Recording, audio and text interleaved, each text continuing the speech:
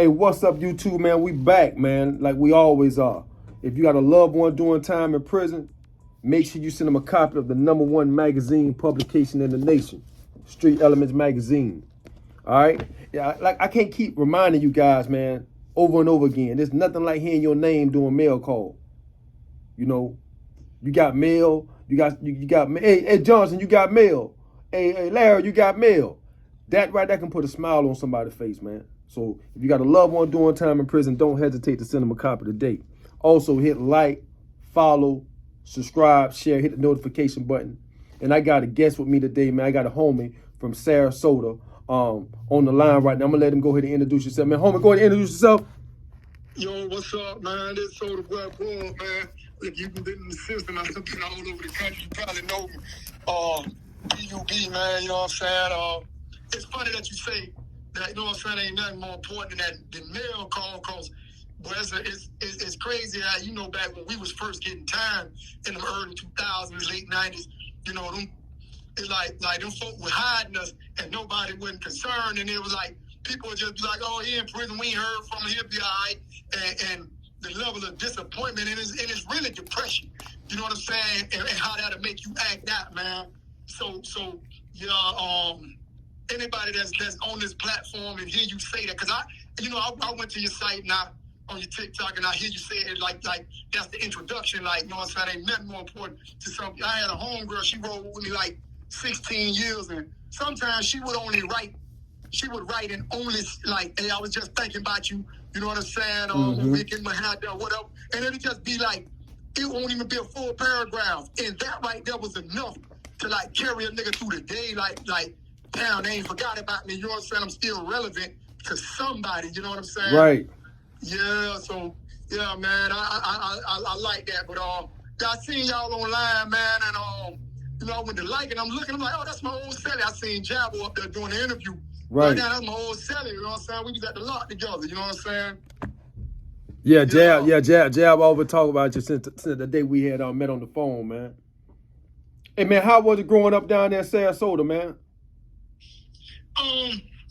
To be honest, I think that it, you know, in our minds, you know what I'm saying, like, especially you grow up selling dope, you know, that dope hit us the hardest, like Florida and California, you know, we got it the worst first, you know what I'm saying? So a lot of our parents had been, you know, fucking with that shit early in the game, not really knowing what was about to happen, you know what I'm saying? So, you know, I came into the streets early as far as like being introduced to hustling and selling hard, you know, at an early age, like the late 80s, you know what I'm saying? Like 88 was my first time.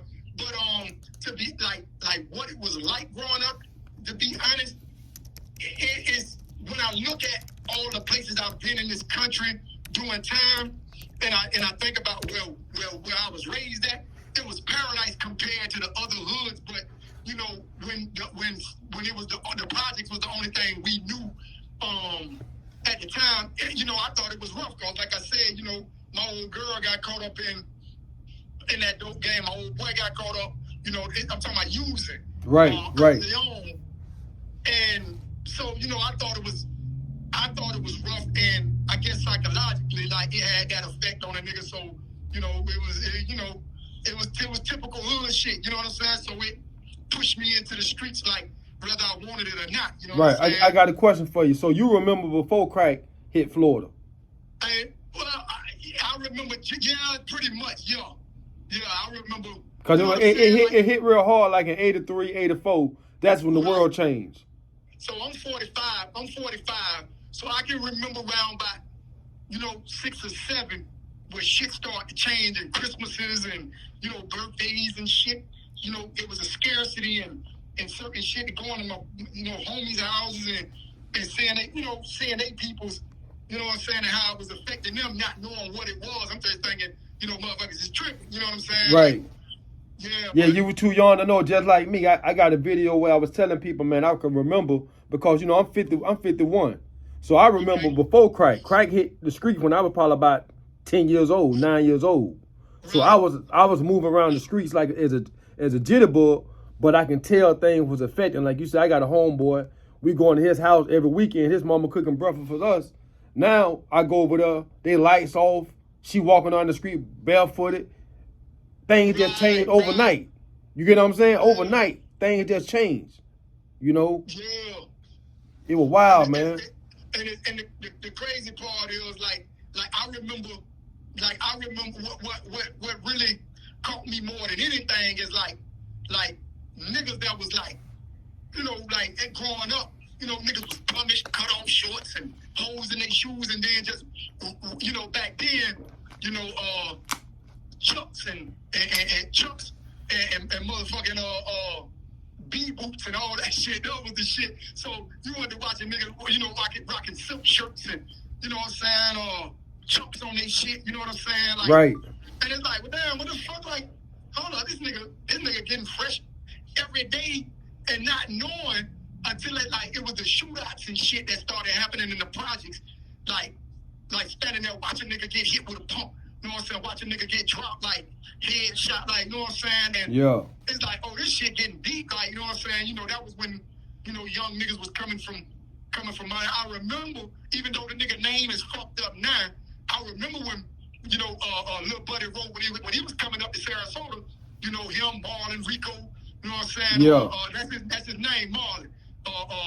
Rico, Lil Mike, when them boys would come back when them niggas was coming up to this bitch, like with dope, you know what I'm saying, and shootouts and shit or whatever, you know what I'm saying? Like, I remember when them boys had, you know, like, was bringing that work up this bitch from down that way. Right, so, right. You know, but I was wanting to, like me personally, to be honest, like, I never wanted to fit into the stereotype. You know how, like, most niggas be like, yeah, the niggas I looked up to in the hood was, you know, I always had the mentality of, like, individuality, like, I'm my own man. And so when I seen, like, I didn't get in the game because I wanted to be the big dope boy.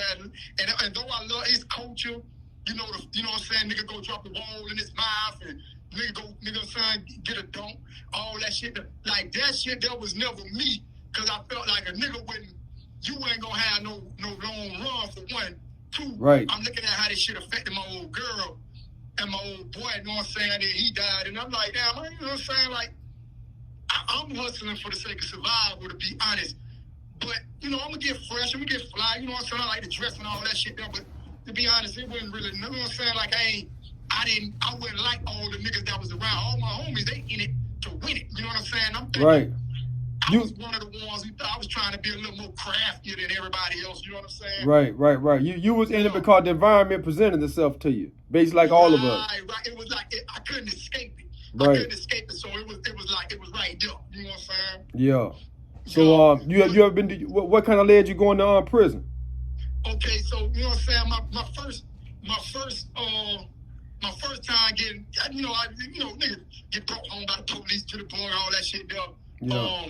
I remember getting caught with dope, and them crackers not even knowing what the fuck it was. This one we were putting the dope in Lifesaver Homes bottles with the duct tape on them. I'm talking about, we skipping school, cracker done pulled the dope out, pulled it in his hand, put it back in the pill bar, back to a nigga. Cracker didn't even know what dope, didn't even know what crack was. I had been just caught from a chick, I ain't gonna even say her name, but it was a chick she used to serve us.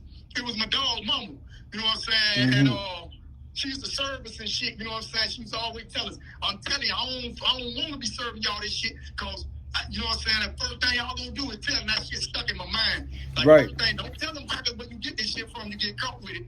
But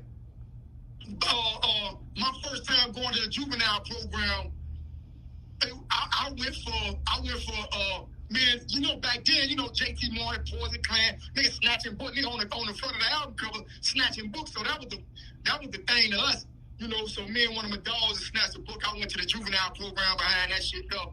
Little 6 months program, came home, you know what I'm saying? My first time going up the road though, you know, it was back and forth in the county jail, you know what I'm saying, possession with intent. And then my first time going up the road though was in 2000. And you went straight fed. I went in 2000. I went and did 3. You know what I'm saying? I was at ACI, East and West Unit. Then I came home in 03, 04. I catch the Fed case. You know what I'm saying? trapping or whatever, you know what I'm saying? And she had to just start getting good. I'm seeing more bread than I had done seen, back and forth, up and down the road, from the A and back. And the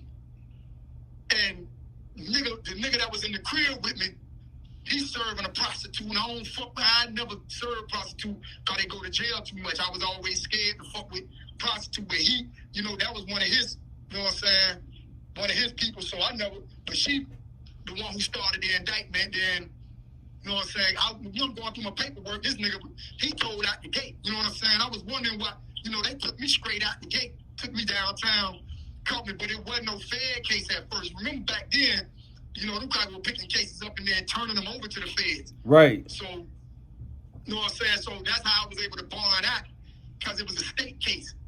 And, you know what I'm saying, when I bonded out, I bent one straight out the gate. I'm like, shit, I'm going to I'm out of here. You know, I ain't never finna, I would never want to turn myself in. I was always on some running shit. You know what I'm saying? Yeah.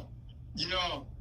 But once they caught up with me, I took them crackers to the hoop. And when I was 25, them crackers sent me 360 months. That's 30 years.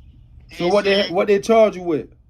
They charged me with possession and possession with intent. See, I was living in the bird, but you know what I'm saying, I'm trapping over here in Sarasota. So, you know, just thinking I'm being clever and crafty, and that it did buy me a little time because they didn't know where I was at, and that's how I was able to run.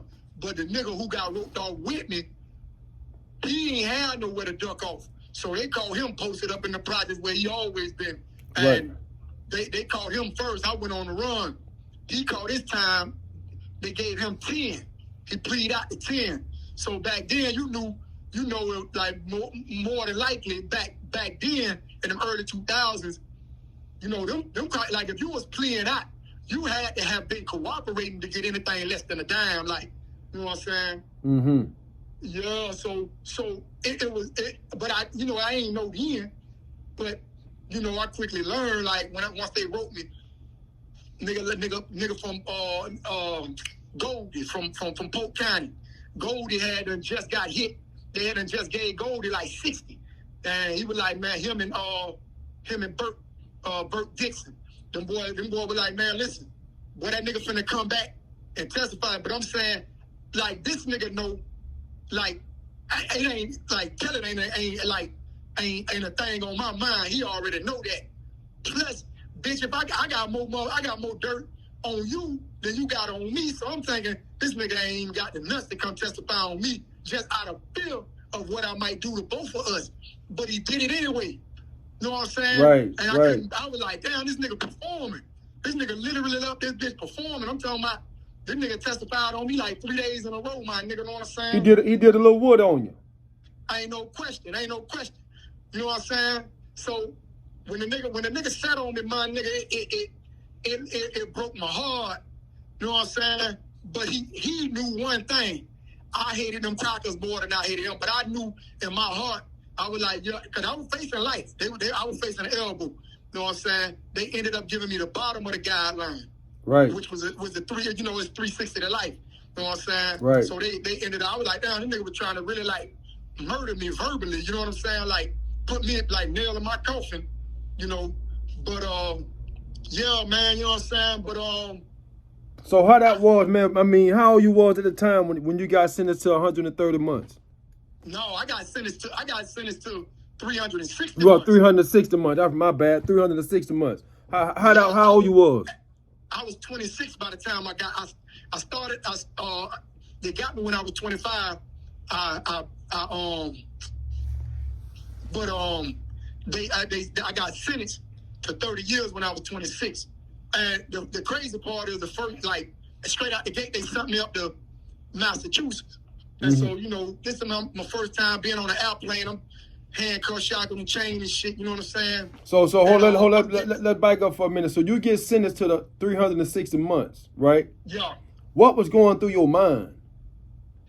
I'm believing that because I done restored I ain't waived my rights to an appeal and all of that I'm gonna be Gucci. And I ain't understanding the length of time that this appeal process gonna take, even though it was older niggas in there, like, you know what I'm saying, bro, like, you know what I'm saying, like, they're going to get at least a decade out you.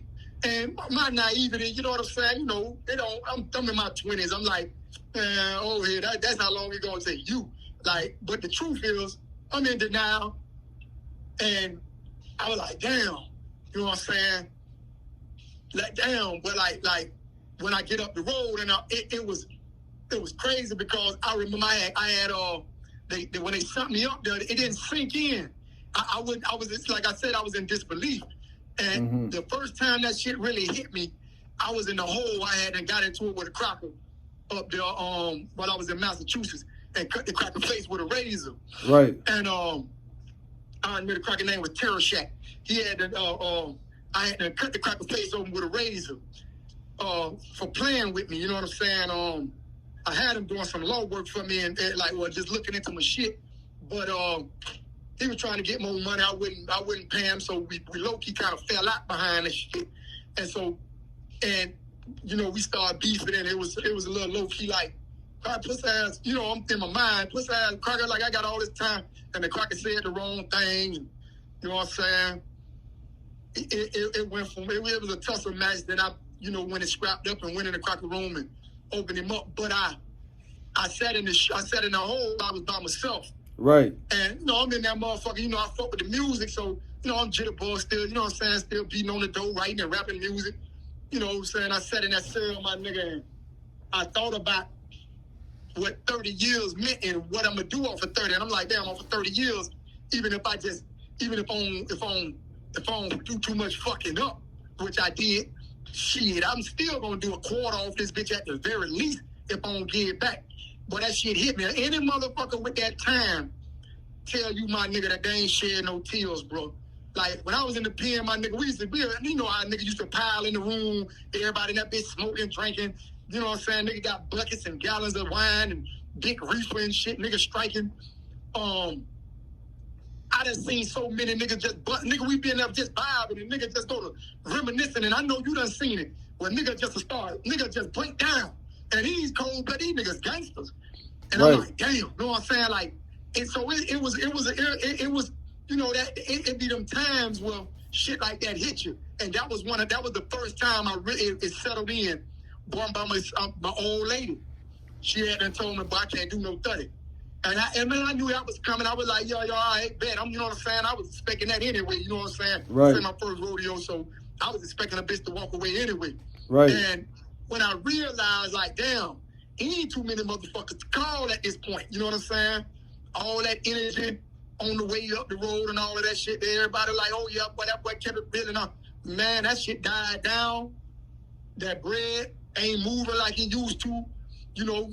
And when you first fall, nigga be shooting you little bets, cause for real, once they hear feds involved, the one that didn't just break out and run and get low, the one that's around, they'll shoot you bread, but it's really, they really pacifying you. You know what I'm saying? Like, hoping you don't mention their name and all that shit. They're like, you know what I'm saying? And, yeah. You know, so you know, that's what it was. But, you know, once I realized, well, ain't nobody coming to save me, yeah, that's when shit got real.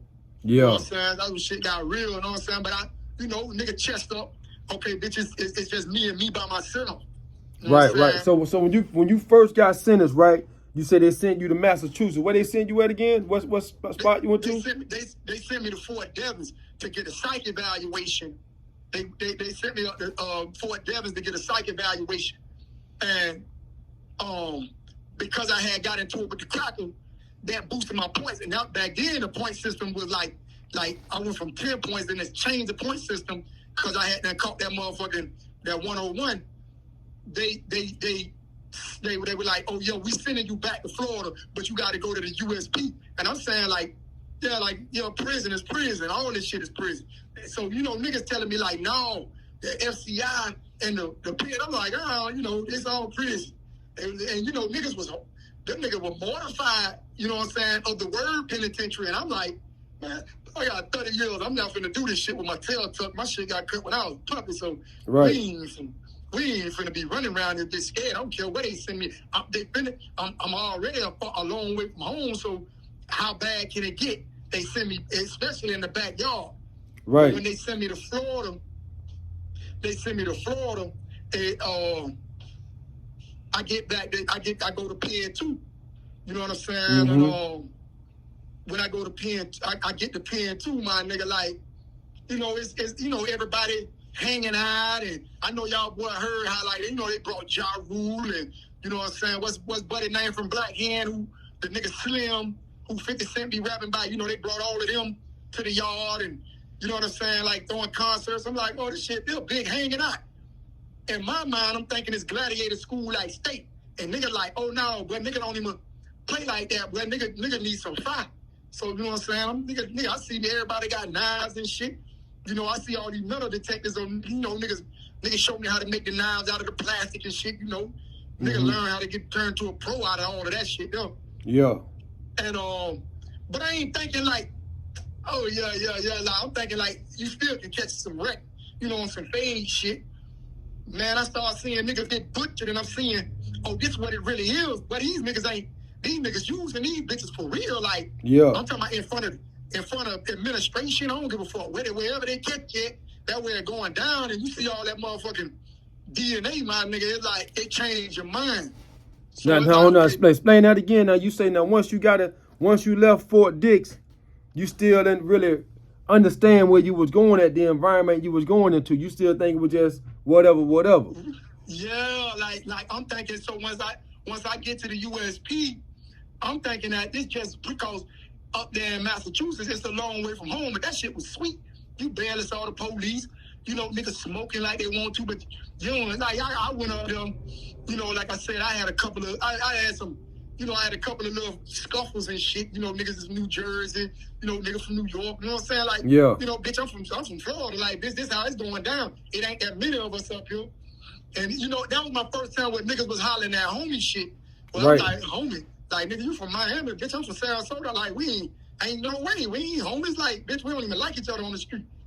Right. But nigga, like, no, homie, this how this shit go. Like it's a car, like, you know what I'm saying? And like, anytime, like, they were like trying to run it like some South shit, nigga from Mississippi and Arkansas, and I'm saying, like, that ain't the, like Mississippi to sound like Arkansas. I ain't know none of that shit. Oklahoma.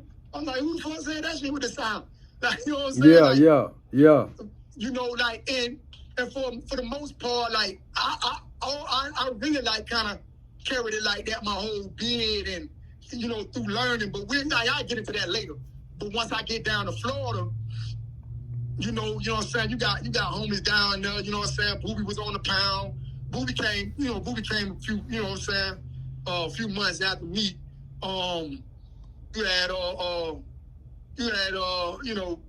don't even like mentioning them niggas' name, but they name big, but I know who they is for real. Rick Brownlee, Bunky Brown, them niggas defy. Them niggas is, it kind of fucked me up. Like, I never really rapped with Rick Brownlee because he was openly who he was, like, and I'm like, oh yeah, but it was a reference. PN2 had a reputation for two things. For Florida niggas being two things. Being niggas being hot, you know what I'm saying? Mm-hmm. And ducking Rick, you know what I'm saying, with niggas from DC. And because I got a fresh 30 years and I'm young, I'm brave hearted, I'm jumping in the fight. You know what I'm saying? And so I fell out with a lot of homies, so to speak, because, you know what I'm saying, like, I was so brash and open, I was loud, and that was my personality. But bitch, I got 30 years, I can only do it how I do it. Right, right. So a lot of homies avoided me because I was problematic. I remember the homie Kibo from Tampa. He had just did 14. He was on his way to the crib. And Kibo was like, man, you shouldn't have started your bid off here. And I was like, I didn't. I started out. He was like, no, but you should have went, because you would appreciate this more. You know what I'm saying? Like, right. I was a trouble starter. Anything that had to do with Florida, especially the niggas from the west coast of Florida, I was diving in it head first, like, you know what I'm saying?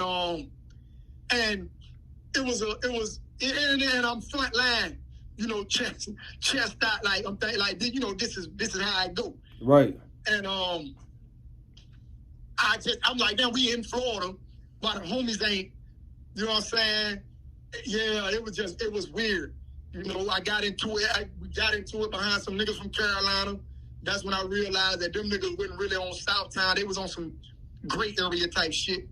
And that's when I got into it with the niggas from DC.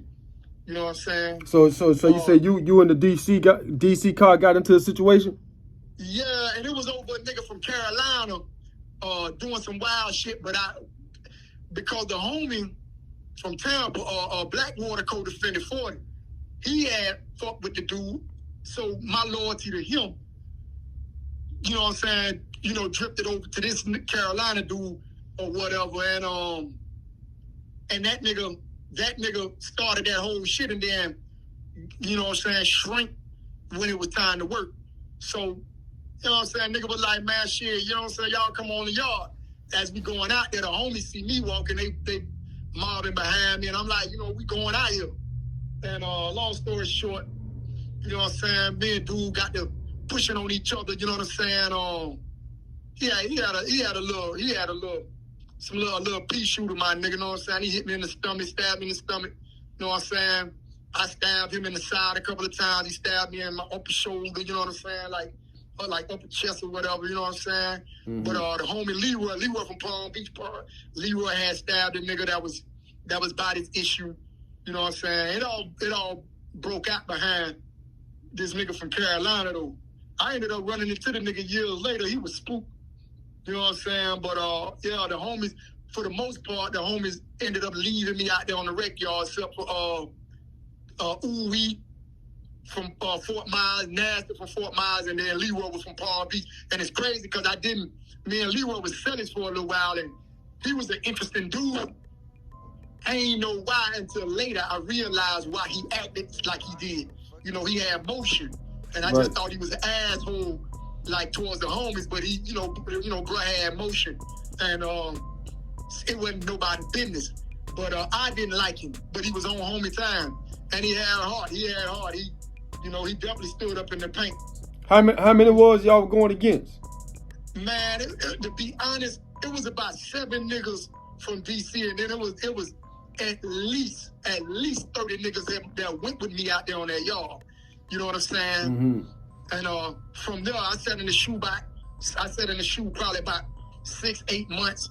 Me and my nigga Chris Swain from Pensacola, solid nigga. You know what I'm saying? He had a boat, but they sent both of us to Pollock.